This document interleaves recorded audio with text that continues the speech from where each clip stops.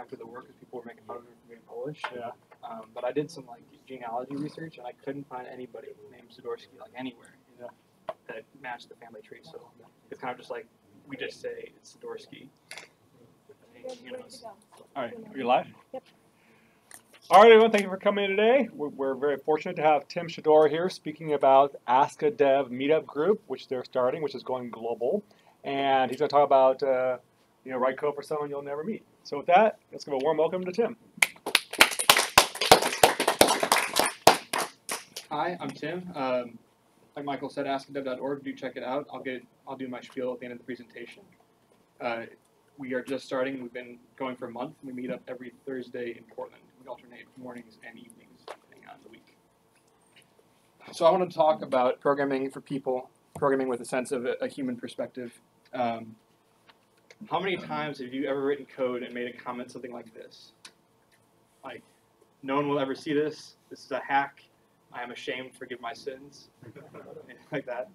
I am guilty of it a number of times. Because I was writing code purely for myself, and purely for myself in the present. But a lot of times you end up writing code and you have to maintain it in the future. You have to come back to it in 2 months because something broke, or somebody else has to maintain it. I mean, I've been the maintainer on numerous code bases, and I have hated every second of it. Like, my life has just been in a ditch for that hour of trying to figure out somebody else's code. I heard a talk once that the worst thing you can do to a programmer is have them work with somebody else's code. Just because you have your syntaxes, you have your definitions, you know what you would call a CSS class, and when you have somebody else's code, you're just kind of running around in their muck. So it's important to write code with the idea that somebody else will see it, and somebody else will come to it, even if it doesn't make sense initially. There's a talk by Dan Abramov. It's almost as poorly titled as this one. I feel like he gave it right off the cuff. Almost every slide was an emoji. But he really speaks from the heart, and it's a fantastic talk. He does this at Now.js. And he's talking about the JavaScript ecosystem and the idea that everybody is kind of running into this ecosystem and learning immediately. And as a maintainer of a code base or a project or a tool, it's his responsibility and the responsibility of everybody in the audience to have a low barrier of entry. Like, if you write bad code, if you write bad documentation, somebody somewhere is going to be discouraged. Someone's not going to want to keep going. Has anybody run into a code base and been immediately like, this? I'm not good enough for this. It's happened to me multiple times with Redux. But Dan is the developer of Redux. He's the developer of React. He's the developer of Create React App. And he really strives for code clarity and for community building, and it's admirable. He's cleaned up Redux docs. You find him on Stack Overflow, GitHub issues. He's really engaged. So this is the ideal, but oftentimes you run into crap like this. And this is Doug Crockford. Some background on Doug if you don't know him. He wrote the JSON spec. He's been around in JavaScript since the Netscape days. He is a legend. This guy is dense. This guy is like so thickly worded. And nothing in this paragraph is wrong. Don't give me, everything is technically correct. I mean, he's talking about invocations, and he's talking about variables and assignments and everything. But inevitably in tech and in a lot of documentation and code, you get these insane words that we're using, like employ and consequence. It's like you don't have that conversation day to day. He's writing this in a book. He's not talking to anybody. He's not writing for somebody else. He's writing purely to explain something that he knows.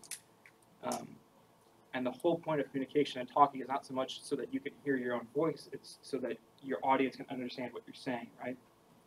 And he follows this paragraph up with an example describing how this works. And by this, I mean this in JavaScript, which notoriously is one of the most confusing parts. I think everyone here is kind of on like a different learning schedule. I don't know if some of you have gotten into JavaScript.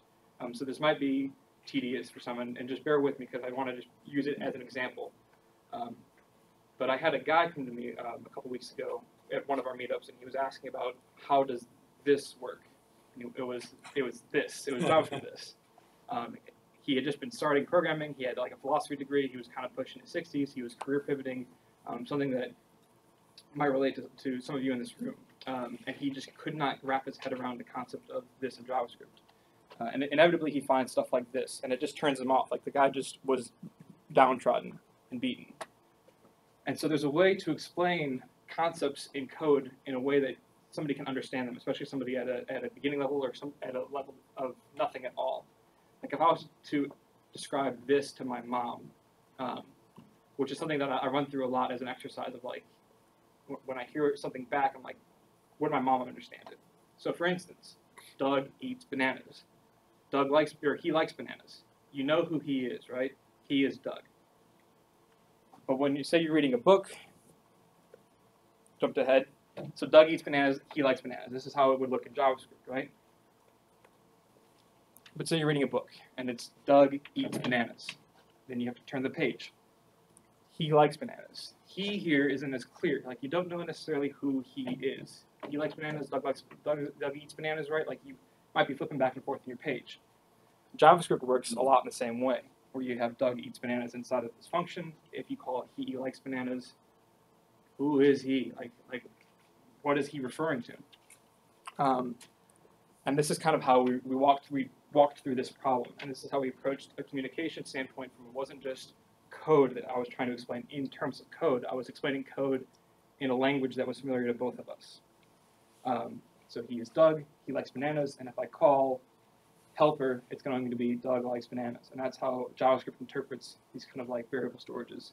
And if you know this, you know that this isn't exactly like a one-to-one explanation of how this works. But I could see it clicking in his head. I could see him understanding how this concept breaks down. And so if we were to bring it back into Douglas Crawford's example, it looks like this. It's more or less the same function with the same ideas, but it reads a lot easier, right? You're still with me, right? Yeah. Okay. And so from there, we can go back and we can talk about higher concept functions, where we can talk about .call or .apply in JavaScript and how you move this around.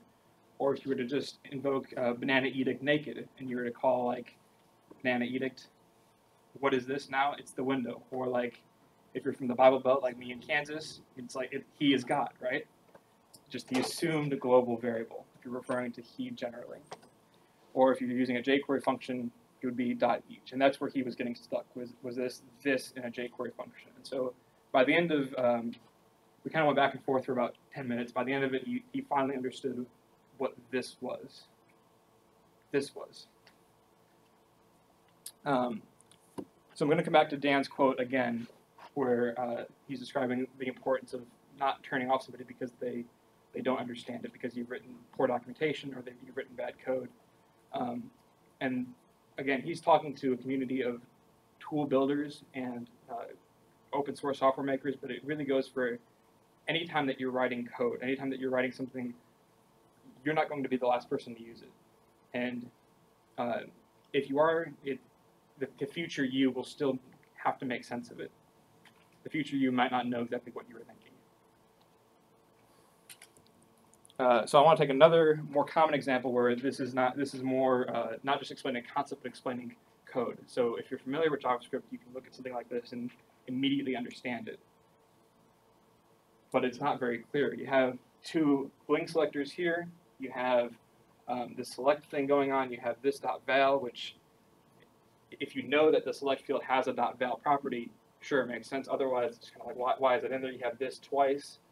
And so I wanted to run back and debug this with him and walk through and make this more sensible to somebody who doesn't necessarily know this code. And if you've ever opened up a jQuery library or any kind of a DOM manipulation library, you've seen something like this before. So we started off by just taking out that variable and caching it. So it's instead of this.val, it's selected vegetable, because that makes sense. And lexically, when you put it into this function, it's if selected vegetable. Then we run through this. We remove the second bling selector. It's data vegetable equals the selected vegetable. This reads better, right? So we take it another step further, and we move all that line off. Have you ever opened a Wikipedia page and it's been like full screen? Like it's been end to end of the browser, and you're kind of like, you're reading like this. Like you're reading it, you can't just move your eyes, you gotta move your whole head to do it. You want to avoid that with JavaScript with any kind of code lines, because it's just after a certain time you can only handle so much information. You can only remember so much that was before. Provided this is still a long line, and we'll get to that. But pulling out the selector and removing it from the other functions that it was calling makes this a little bit easier to digest. So if select a vegetable, then on the vegetable selector, fade it in.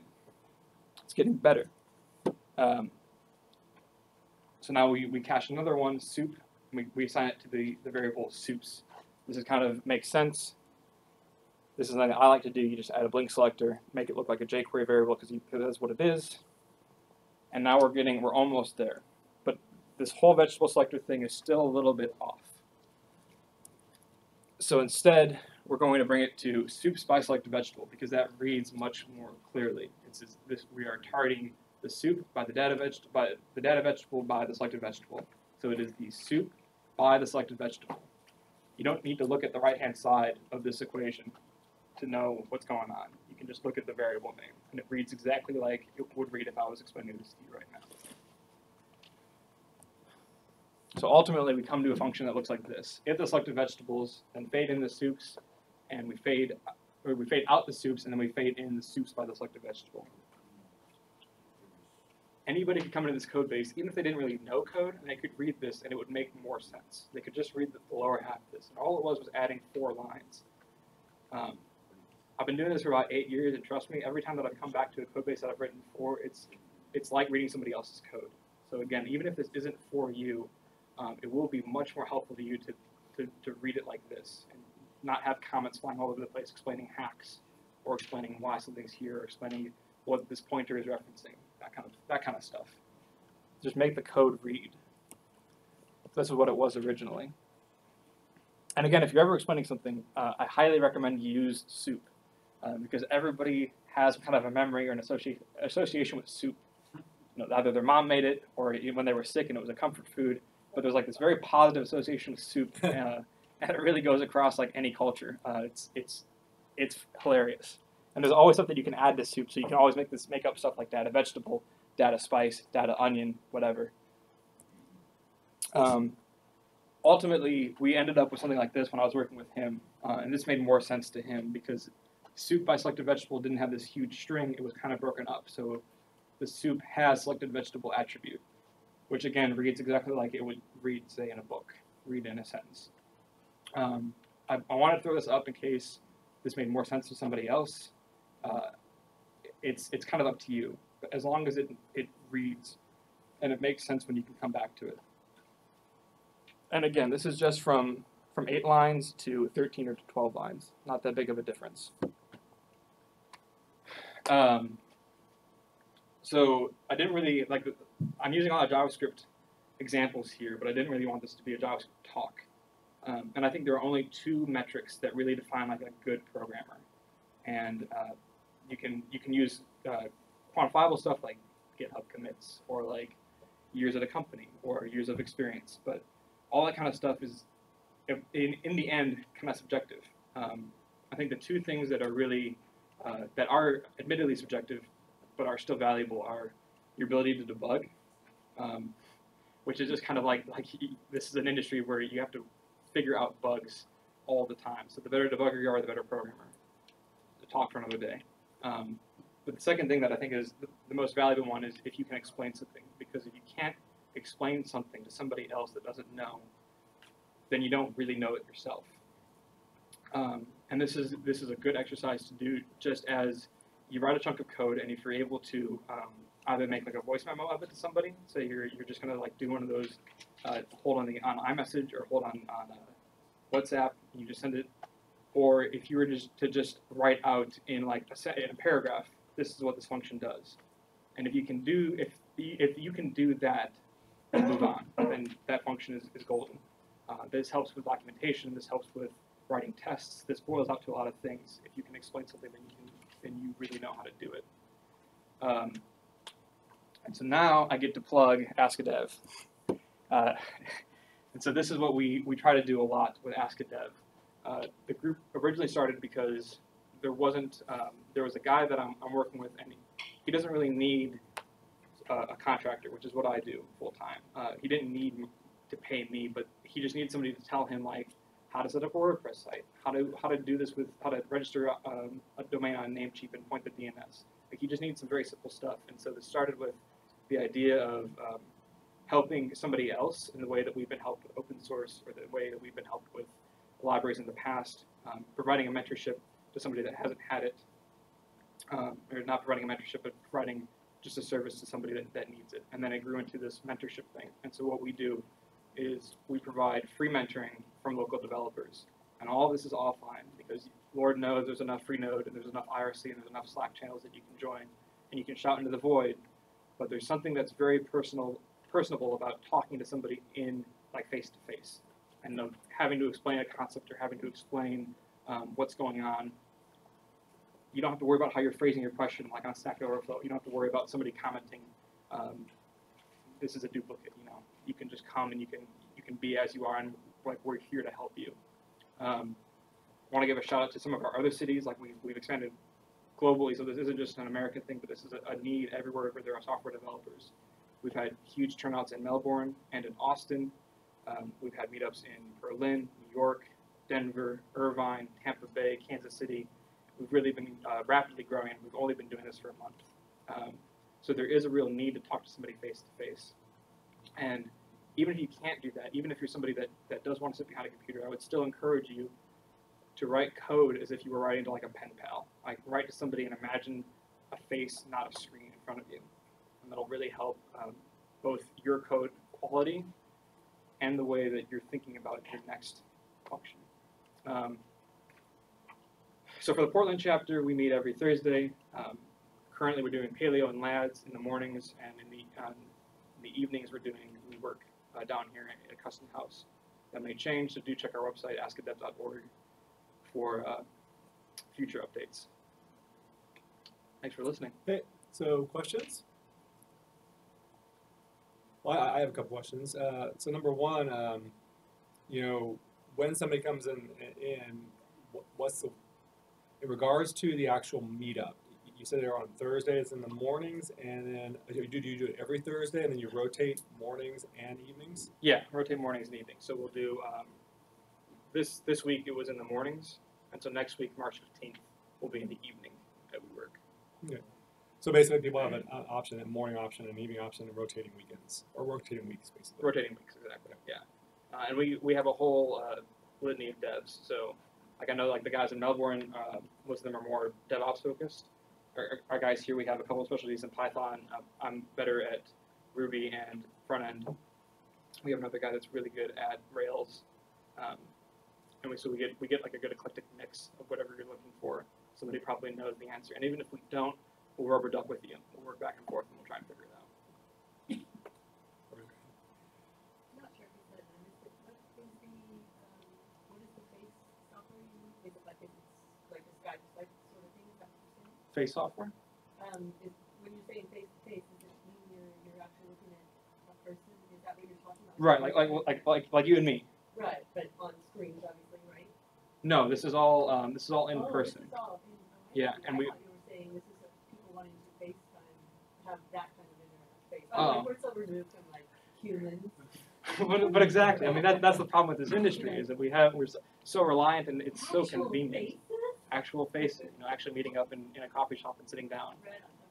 Right, okay. And these other cities too. That's the idea, is that I'm not phoning in anybody from Melbourne to talk. It's just kind of those Melbourne people meet other Melbourne people.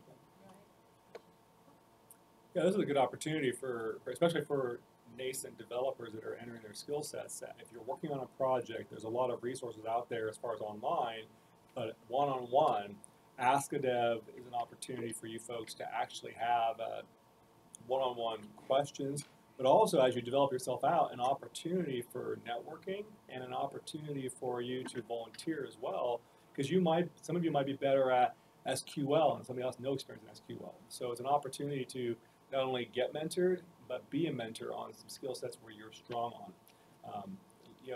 Don't underestimate your prior experiences as additional opportunities to help people better themselves.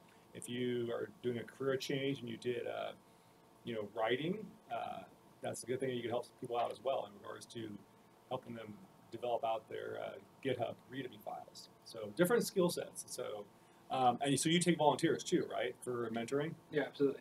So cool. Is there a chance to ask them any questions? You know, is there a chance to get on the ground floor? It's just starting up. I'm looking here and I see that you've got Kansas City, Atlanta, New York City, Melbourne, Denver, Bali, London. So how do you guys keep in touch with each other and develop out the Ask a Dev community? What are you guys doing in that regards? Hoping you wouldn't ask. So this will sound hypocritical, but all the communication is online. So everything. Well, it has to be. I mean, you're not gonna fly over to Bali. Or Yeah. maybe you will. I don't know. No, it's all email and Slack. It's a private Slack group just for the mentors. So yeah, there are some benefits to the internet. There are some benefits to taking this online. We're still kind of figuring this out. A lot of times, like with these other time zones, like say Melbourne or London, I'll send them an email at night, and they'll get back to me maybe like at the afternoon the next day, or vice versa. So sometimes online, sometimes like that phone call or the face-to-face over Skype isn't possible. Yeah. I was just going to, I guess, reiterate what this guy had mentioned earlier about having some way of knowing what languages really represented at a given meetup. I've been trying to learn Java, and I've had a hard time finding people to just, I mean, I've been going to a lot of meetups. I just want to find more opportunities to engage in dialogue about it and see what I can learn, you know. So it's not typical for me to find people in Java. Yeah, no. So the question there, the conversation that we had previously with this gentleman here was about we don't have mentors tied to a specific event, so you could just show up and it's kind of a crapshoot of who's there. So it'd be much easier as somebody as a participant to look at an event and say, oh, this guy knows Java. I'm going to come and learn Java because he's there. I will like as of this talk right now, as of this day, we do have a guy who's native developer. He's Thursday mornings. I know he's iOS. I think he's dabbling in Java, but I could be mistaken. But do drop an email at askadev.org at Gmail, and I will definitely get back to you if we do for sure have a Java developer. But that's a good call just for the future of organization. Yeah. Go ahead first. So what's really like the standard fare of these meetups? Is it something that you come to if you had like questions or code that you wanted looked over, or would there be any reason to just show up if you wanted to learn stuff? So we've had a pretty good diversity. The first meetup, this guy came and he was a systems guy, and he just wanted to know how to get into web freelancing. And he didn't have an idea of like what do you do with an NDA, what do you do with a contract, do I need to set up an LLC, like how do I get clients, what do I charge, what's the market rate, that kind of stuff. And we walked through some of that. A guy yesterday came and he was asking about this app that he was building, and he had it on WordPress, and he wanted to grow it, and he knew WordPress wasn't the thing, but he had no idea what technology to use. And we talked through using Rails or Django for it. But most of the time, we have somebody who comes in with a specific problem, say that they don't have, say like a React Native problem. We had that, or somebody needs to code in a embedded video on a Drupal site, and then wanted to make it like switchable when you change the select option. So we get kind of a good mix of it. But as far as just coming to hang out, that's also still welcome, because you do get a lot of like the Silicon Valley term is like opportune collisions, but the idea is just like you come and there's you either learn from hearing somebody else, or you learn just by being a part of that discussion. Like that guy yesterday, one of our other mentors didn't know much about project management, which I've had some experience in, and we were kind of going back and forth about like good ways to project manage, and he walked away from that conversation very explicitly like, oh, I now know how to like divide up a team and how to set people on certain tasks. Does that answer your? Yeah. So what are some things, if somebody in this group wants to come to Ask a Dev, what are some things that could help them better be ready to get the support from you guys? What are some things that you found that, hey, if this person had done this, and this ahead of time, it would have been helpful for us to kind of, expand their knowledge base? Any tips in regards to that? Fully charged laptop. That helps for sure. Yeah. Or coming in with all your passwords. We had a guy that wanted to do SSL, get his domain over to an SSL host, and he didn't have the password for his host, so we couldn't provision the certificate. So things like that. Like if you expect to be doing anything on a server or expecting to do anything with like some kind of a service, come prepared with authentication and a little bit of cash, because oftentimes we meet in coffee shops and we encourage people to support the local business, buy coffee, buy a pastry. We're not going to give you the Wi-Fi password. You got to go buy something and get it for free. That kind of stuff. Good to know that.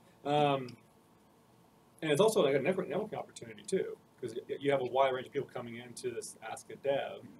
So I would encourage you guys to check it out, because the more 80% of the jobs that are out there, for those of you who are looking for, who here is looking for a job in software development eventually? Okay, good. So 80% of the jobs that are out there are through some form of networking. Knowing somebody who knows somebody who knows somebody. And it's an opportunity for you to grow. You can volunteer your time while you're looking for an opportunity, but it's a good way to kind of broaden your network. If you come in here and you just study, and you don't start branching out, you're limiting your potential. So you can go and apply for 100 jobs, but that's only a smidgen of the market. A lot of our students have gotten, LinkedIn, New Relic. We've got 5 students hired at New Relic because of networking. We've got 5 students at Cloud Electric because of networking. Networking is a great way. Ask a Dev is a great resource that's starting up, and you guys can be a part of that process, either getting support and working on projects. So once you finish the program, you should be going and saying, what project do I want to work on to add to my GitHub? Or maybe you're having trouble with GitHub. Ask a Dev could be there as well to help kind of guide you through that process. So who here just feels like, yeah, I know GitHub and I'm solid on, I don't need any help? Raise your hand if you got it down. Okay, nobody? I'd recommend going to Ask the Dev or ask one of our, feel free to ask me. You should have GitHub solid. It's so important, especially if you're going to be asking for help from them, being able to get, answer questions. And then once you get a piece up and running, the important thing, and I think his talk about communicating effectively in your code, i.e. how you write it, but also how you communicate it, is super important, because if you can't explain it, when you write your code and you build that code out and you do a README file, that README file is not a step-by-step of how the code works. It's the high overview. Here's my code. This is what it does. Here's how I went about solving it. You're telling the prospective reader, i.e. your prospective employers, how you understand and articulate code. Because I guarantee you, as soon as you get hired on and you're in the staff meeting or you're in an Agile Scrum meeting and you have to explain your portion of the code, you're going to be on the spot. And so it's better to do that now, get that process going, and Ask the Dev is there to help out. So you mentioned Crawford. I think Doug Crawford is a very dense writer. When you have a dev, they're going to have their own style, and some of them are going to be dense. Sure. I mean, some of the masters are really dense, but how do you figure out where the dev falls into that? So, I mean, some people are easier to understand, others are not, and some of the masters are actually hard to understand. Yeah. Have you read any William Gibson? Has anybody read William Gibson, Neuromancer? Hey, this guy started the whole cyberpunk thing. He's a fantastic writer, but he is very dense. Like, he will kill off a major character in half a sentence, and you'll have to double back and be like, whoa, this is like someone just got blitzed. Like, how did that happen? And then you have somebody like Neil Stephenson. Are you familiar with Neil Stephenson, Snow Crash? Or even somebody like Neil Stephenson that's a page turner. Like, you can't put that thing down, especially with a book like Snow Crash. And Neuromancer and Snow Crash are similar in a lot of ways. So when you have those dense writers, you have to just pull them out, and you have to. Neil is a lot more verbose than than Douglas, or than William, and so you have to boil down their language and pull them back. And I have a journalism background, and so as an editor, that's your responsibility, or as a project lead, that's your responsibility to make sure that the rest of the team understands this densely worded artifact. Maybe add line breaks, or say add 2 or 3 more words. Don't make it too wordy and besides the point, but I think you're question was like, how do I convert a densely worded dev documentation into? No, I'm sorry. How do I know if the dev mentor is dense or not? Oh, like an Ask a Dev. Yeah. Oh, okay. I apologize. So the question is, how do I know if the mentor that I'm receiving help at a meetup like this is way over my head? And I think the best way to do that is just be honest with them. Like, you're face to face. They are here to help you, and if they're not helping you, then everyone's time is wasted. Like, there's no point. And so I know everybody personally at these meetups, all these mentors, and I've said a lot crueler things than I don't know what you're talking about. You know, like these people have thick enough skin that they can handle a little bit of criticism. You know, so I would just, if you're stuck, then there's no point for them to keep going. Yeah, and sometimes it takes a different angle too, because I've had to, when I've taught Python, my one-day Python class, I'll say, hey, did everybody get it? And I'll get the deer in the headlight look, and you guys didn't get it. Okay, let's try a different approach, and I'll back around and I'll try it from a different angle. It's upon you folks when you're being mentored. If you're not getting it, that you don't just kind of yeah, I get it. You want to say, can you explain it a different way? Can you help me understand and figure out why this happened? I'm just not breaking through. Because the sooner you understand the concept, the more you can write your code and move forward. And if you don't have the courage to admit ignorance, it's going to be hard for you to survive in the work environment. You will.